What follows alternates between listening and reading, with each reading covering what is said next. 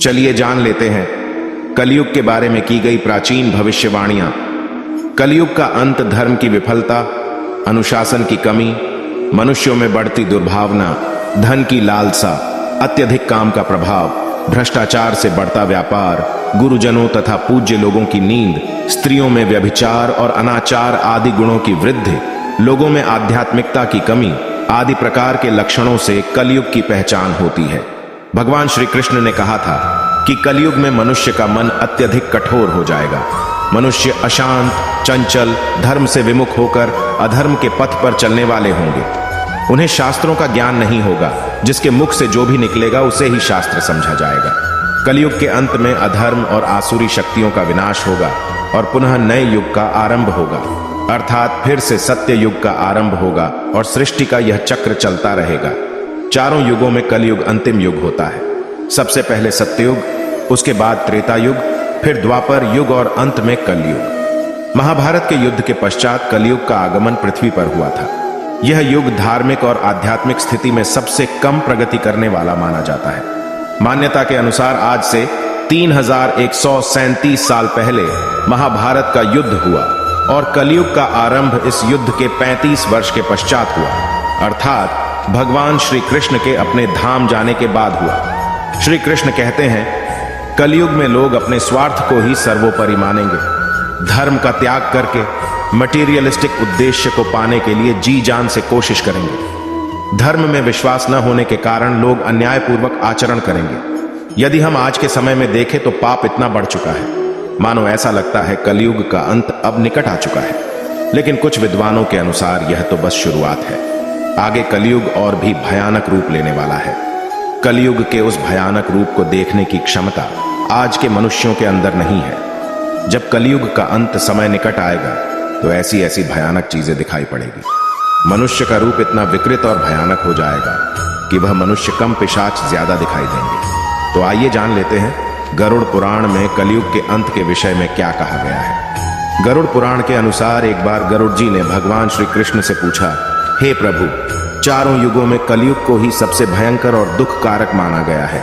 इस कलयुग का अंत कैसे होगा और कलयुग का अंत समय निकट आने पर कौन से संकेत दिखाई देंगे? तब भगवान श्री कृष्ण ने गरुड़ जी को कलयुग के अंत के समय मिलने वाले भयानक संकेतों के बारे में बताया है। जब पृथ्वी पर चारों तरफ ऐसे संकेत दिखाई दे तो मनुष्य को समझ जाना चाहिए कि कलयुग का अंत निकट आ चुका है और अब सृष्टि का अंत प्रलय से होगा। सबसे पहला संकेत, भगवान श्री कृष्ण के अनुसार कलयुग का अंत समय निकट आने पर मनुष्य की आयु घटकर केवल 20 वर्ष ही शेष रह जाएगी। 12 वर्ष की आयु में ही मनुष्य के बाल पक जाएंगे। उनका शरीर अत्यंत कमजोर और सफेद रंग का होगा। कलयुग में स्त्री 8 या 9 वर्ष की आयु में ही संतान को जन्म देगी। कलयुग की औरतें बहुत ही क्षीण और छोटे शरीर वाली लेकिन अधिक भोजन करने वाली मंद भाग्या होगी। कलयुगी स्त्री कम संतान को उत्पन्न करने वाली और अत्यंत क्रोधी स्वभाव की होगी।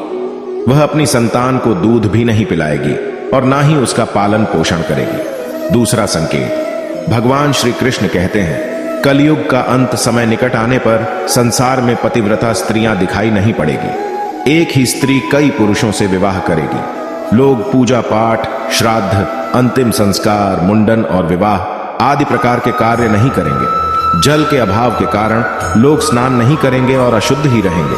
कलयुग के अंत में लोग केवल मांसाहार ही करेंगे और कोई भी सात्विक आहार नहीं करेगा। कलयुग में लोगों के वस्त्र तने हुए और चमकीले होंगे। तीसरी बात, श्री कृष्ण के अनुसार जब कलयुग का अंत समय निकट आएगा तो वृक्षों में फल आना बंद हो जाएंगे। सभी वृक्ष फल रहित हो जाएंगे। सृष्टि में हर तरफ केवल शमी के वृक्ष ही दिखाई देंगे। मनुष्य शाकाहार छोड़कर केवल मांस का ही भक्षण करेंगे। कलयुग का भोजन तामसिक और रोग उत्पन्न करने वाला होगा। इसी कारण से लोग जल्दी ही बूढ़े होकर मर जाएंगे। कलयुगी मनुष्य गाय की पूजा करना बंद कर देंगे।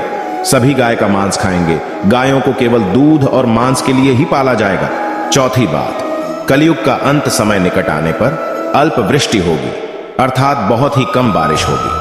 खेत अनाज नहीं उगा पाएंगे। धान्य का आकार बहुत ही छोटा होगा और फलों में रस भी उत्पन्न नहीं होगा। मनुष्य भूख और प्यास के कारण ही मरने लगेंगे। मनुष्य को केवल बकरियों का दूध ही प्राप्त होगा। पांचवी बात, जब कलयुग का अंत होने वाला होगा, तब भगवान विष्णु सूर्य के किरणों में विराजमान होकर पृथ्वी का संपूर्ण जल सोख लेते हैं। आकाश में चारों तरफ 7 सूर्य दिखाई देंगे। इन सभी सूर्यों के प्रभाव से संपूर्ण सृष्टि जलकर खाक हो जाएगी। तत्पश्चात रुद्र रूपी भगवान विष्णु संपूर्ण संसार को दग्ध करके अपने श्वास से मेघों को उत्पन्न करेंगे और ये मेघ भयंकर गर्जना करते हुए अगले 100 वर्षों तक आकाश से जल की वर्षा करेंगे और सृष्टि की उस भयंकर अग्नि को शांत कर देंगे।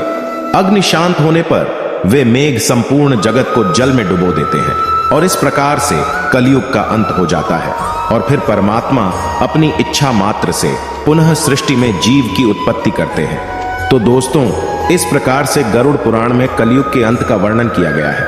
उम्मीद है आपको यह जानकारी अच्छी लगी होगी। वीडियो को लाइक जरूर करें, साथ ही चैनल को सब्सक्राइब करना ना भूलें। आप सभी का धन्यवाद।